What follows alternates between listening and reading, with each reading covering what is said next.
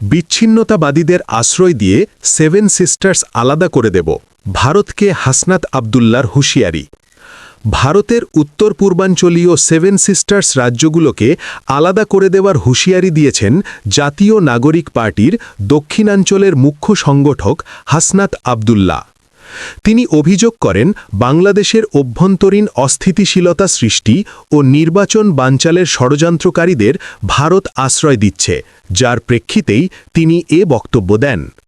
সোমবার 15ই ডিসেম্বর রাজধানীর কেন্দ্রীয় শহীদ মিনারে আয়োজিত এক সর্বদলীয় সমাবেশে এসব কথা বলেন তিনি। ঢাকা ৮ আসনের সম্ভাব্য স্বতন্ত্র প্রার্থী শরীফ ওসমানের উপর হামলার প্রতিবাদে ইনকিলাব মঞ্চ এই সমাবেশের আয়োজন করে। সমাবেশে অভিযোগের সুরে হাসনাত আবদুল্লা বলেন, বাংলাদেশে যারা বিশৃঙ্খলা সৃষ্টি করে, সন্ত্রাস চালায়, ভোট চুরি করে এবং হাদিকে হত্যা করেছে, তাদের আশ্রয়, প্রশ্রয় ও পৃষ্ঠপোষকতা দিচ্ছে ভারত। দেশের পরিবেশ অস্থিতিশীল ও নির্বাচন বানচালের অপচেষ্টা চলছে। ভারতকে সরাসরি উদ্দেশ্য করে তিনি বলেন, যারা বাংলাদেশের সার্বভৌমত্ব, ভোটাধিকার ও মানবাধিকারকে বিশ্বাস করে না, তাদেরকে আশ্রয় দিলে আমরাও বাংলাদেশে ভারতের বিচ্ছিন্নতাবাদীদের আশ্রয় দিয়ে সেভেন সিস্টার্স আলাদা করে দেব।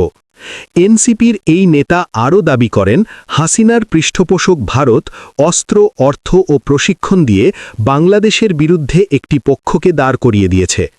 ভারতকে আর পার্শ্ববর্তী দেশ বলার সুযোগ নেই, অবস্থান স্পষ্ট করতে হবে। এদিকে একই দিন এক অনুষ্ঠানে প্রধান নির্বাচন কমিশনার এএমএম নাসির উদ্দিন হাদির ওপর হামলার ঘটনাকে বিচ্ছিন্ন ঘটনা বলে মন্তব্য করেন। এর প্রতিক্রিয়ায় হাসনাত আবদুল্লা বলেন, আপনার আমার মৃত্যু নির্বাচন কমিশনের কাছে কেবল একটি সংখ্যা। অথর্ব নির্বাচন কমিশন হাদির মৃত্যুকেও বিচ্ছিন্ন ঘটনা বলছে। এমন মেরুদণ্ডহীন কমিশনারের সঙ্গেও যেন একদিন এমন বিচ্ছিন্ন ঘটনা ঘটে, সেই অপেক্ষায় থাকলাম।